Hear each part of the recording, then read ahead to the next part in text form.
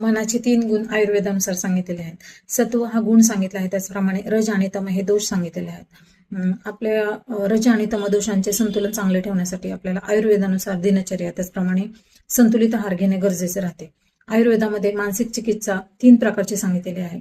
यामध्ये दैव व्यपाश्रय, युक्ती व्यपाश्रय, त्याचप्रमाणे सत्वावजय. सत्वावजय म्हणजेच आपल्या सत्वगुण चांगला करणे, म्हणजेच मन स्ट्रॉंग बनवणे, मनाचे संतुलन चांगले राहणे, त्याचप्रमाणे ओव्हर थिंकिंग कमी करणे, सत्वगुण वाढवण्यासाठी प्रयत्न करणे. यासाठी जर तुम्ही ब्राह्ममुहूर्त हा सर्वश्रेष्ठ काळ सांगितला आहे. सकाळी पहाटे उठून जर तुम्ही मेडिटेशन, प्राणायाम, त्याचप्रमाणे नामस्मरण यासारख्या गोष्टी केल्या तर तुमचा सत्वगुण वाढण्यास नक्कीच मदत होईल.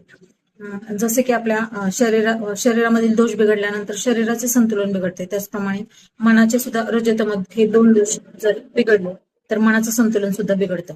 त्यासाठी आयुर्वेदामध्ये अनेक मेद्य वनस्पती जे आपले शरीर, मन आणि बुद्धी या तिन्ही गोष्टींवर खूप चांगल्या पद्धतीने काम करतात. आज अशीच एक वनस्पती आज आपण पाहणार आहोत. त्याच्यामध्ये जटामांसी ही वनस्पती आहे. याचे मूळ, या मुळांपासून आपण एक फांट बनवणार, जो की आपल्याला ओव्हर थिंकिंग किंवा मनाचा स्ट्रेस कमी करण्यासाठी उपयुक्त राहतो. यामध्ये 50 ते 70 ml कोमट पाणी घ्यायचं. त्याच्यामध्ये जटामांसी वनस्पतींची मुळं 10 ते 10 ग्रॅम क्रश करून भिजत घालायचे.